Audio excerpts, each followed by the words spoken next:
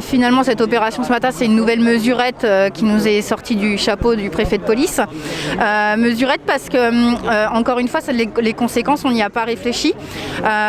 Ces installations dures que ces usagers, les occupants du terrain ont construit en 4 mois pour porter un peu de confort, ils les ont arrachées en 2 heures de temps avec une violence extrême sous leurs yeux, après avoir été réveillés par la police.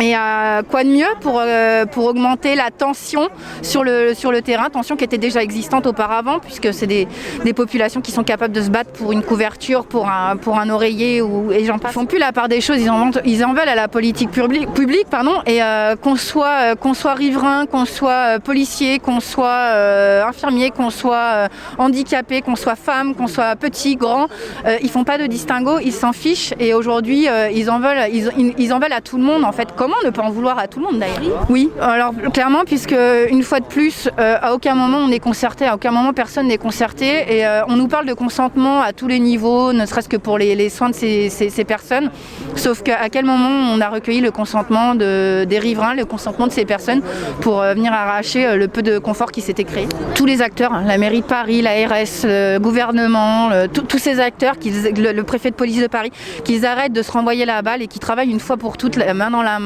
ensemble. Leurs mesures isolées d'un côté et de l'autre, on voit bien que ça n'aboutit nulle part. Le camp ce matin a été démoli, plus de 200 personnes y dorment. Alors on nous annonce 50 pour essayer de dédramatiser, mais il y a bien 200 personnes pratiquement qui y dorment quotidiennement, par -2 là, cette nuit il a fait -2, ce matin à 6h du matin j'étais sur le terrain, il faisait -2. J'ai eu la chance de pouvoir rentrer, ce qu'ils n'ont pas pu faire pour se réchauffer, et qu'ils arrêtent les mesurettes de part et d'autre, parce que ça ne règle pas le problème, la preuve en est. Les communautés thérapeutiques, ces villages thérapeutiques où il y a des équipes pluridisciplinaires qui travaillent ensemble avec des médecins, avec des thérapeutes, par des médecines douces, par des sociologues, mais aussi qui a un rang judiciaire et sécuritaire qui rentre dans le cadre, parce qu'on ne peut pas se passer de ces deux rangs-là, et que les dealers soient enfin, que les applications de peine se fassent aussi, parce qu'il y en a plein qui reçoivent des OQTF qui ne sont pas mises en application pour cause du Covid, mais on marche sur la tête. Qui me viennent à l'esprit, c'est la colère. Je crois qu'il y a vraiment une colère immense qui doit se dégager du fait que la situation dure depuis 4 mois, et puis du fait de ce qui s'est passé ce matin. Ce matin, on a vu la préfecture de police démanteler tous des baraquements durs qui servaient d'abri pour soit montrer qu'ils faisaient quelque chose, soit expliquer que les baraquements durs les empêchaient de surveiller correctement le camp. Quand on habite ici, on sait que le camp n'a jamais été vraiment surveillé, que les dealers sont arrivés en même temps que les malades. Et au bout de 4 mois, la seule chose qu'on trouve à dire, c'est ça, c'est-à-dire qu'on a laissé les gens sur place. On a laissé les gens, on a retiré les abris, on a laissé les gens. Écoutez, ça touche à l'ignominie, à la barbarie. Je ne sais pas si c'est le terme qui convient, mais je pense qu'il faut avoir des termes assez forts pour condamner ce genre de truc.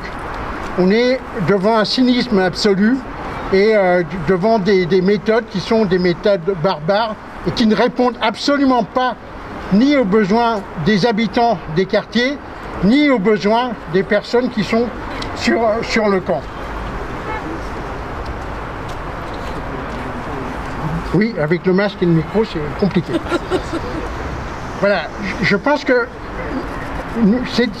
cette question, nous, on ne peut pas accepter cette barbarie.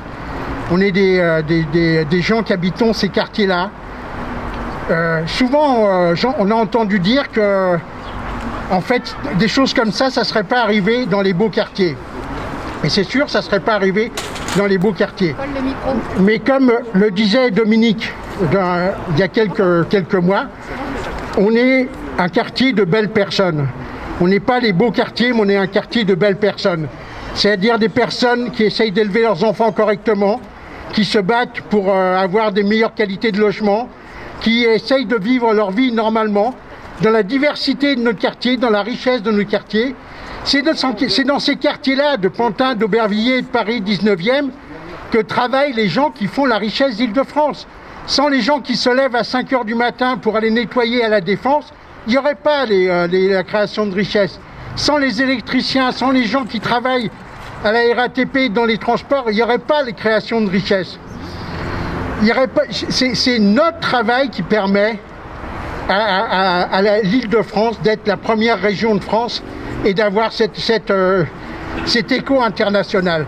Donc nous, on ne demande pas, quand on demande que les personnes soient évacuées, quand on demande de les soigner, quand on demande de la police, quand on demande de la sécurité dans ce quartier-là, on ne demande pas l'aumône. On demande l'égalité, on demande ce à quoi ceux qui créent les richesses, finalement, ont droit. Et je crois que c'est important que nous, collectivement, je sais bien que 4 mois, c'est long. On a eu des échanges dans le quartier tout à l'heure avec des gens qui n'en peuvent plus, qui se disent mais est-ce qu'on va y arriver? Est-ce qu'on va arriver à sortir de cette situation-là? Qui sont tentés de dire ben, finalement, disons, virons-les et une fois pour toutes et concentrons-nous là-dessus.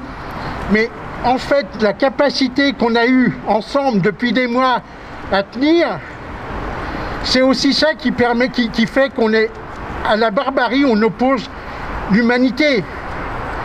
Et c'est cette humanité, c'est cette capacité à être ensemble pour essayer de tenir et de faire que les choses y bougent qui peut nous rendre fiers.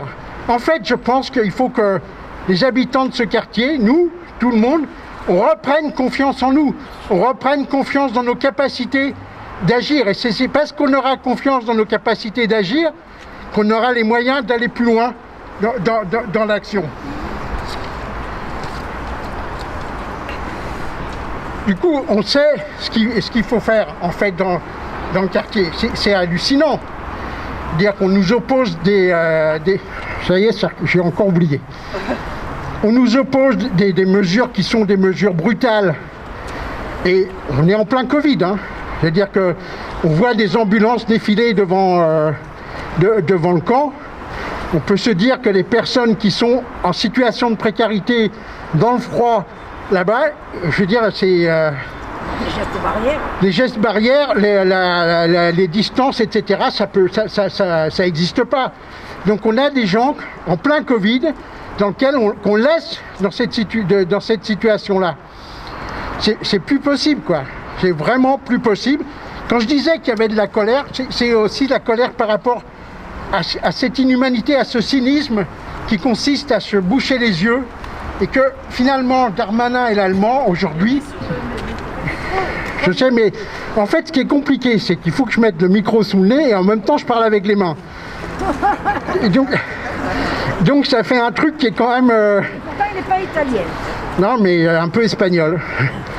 Donc du coup, voilà, c'est ces questions-là. Donc nous, on a besoin, on sait qu'il y a besoin que ces personnes-là soient évacuées. Oui, il faut qu'elles soient évacuées. Maintenant, ça a assez duré. 4 mois, il faut qu'elles partent. Et qu'elles partent avec une mise à l'abri. C'est-à-dire qu'elles soient hébergées. Qu'on puisse mettre en place l'accompagnement social, médical, qui leur permet d'avoir un parcours, d'être suivis médicalement. Qu'on redonne aussi des moyens aux hôpitaux. Je veux dire, aujourd'hui, les situations des hôpitaux, y compris en plein Covid, font que la situation de ces personnes-là, comme la situation de plein de personnes malades, elle passe à l'as. Il y a besoin de remettre de l'humanité là-dedans. Il y a besoin de faire en sorte d'ouvrir des lits d'hôpitaux, d'ouvrir des lits psychiatriques. On sait que un quart de ces personnes ont des problèmes aussi liés à leur situation, liés à la consommation de drogue, qui sont des problèmes d'ordre psychique. Donc ils ont besoin d'un suivi aussi sur ces questions-là. Et puis pour ceux qui le veulent, eh ben, il faut créer les conditions pour ceux qui le veulent d'ouvrir des cités thérapeutiques. On a un débat que moi je trouve un peu absurde en opposant des centres de soins ici et les cités thérapeutiques, mais tout ça, ça fait partie d'un panel de solutions. Alors oui, ça veut dire qu'il faut des sous. Eh bien, il faut appliquer la même logique qui a été appliquée, qui avait été annoncée par le président de la République à propos du Covid. Eh bien, il faut le faire quoi qu'il en coûte.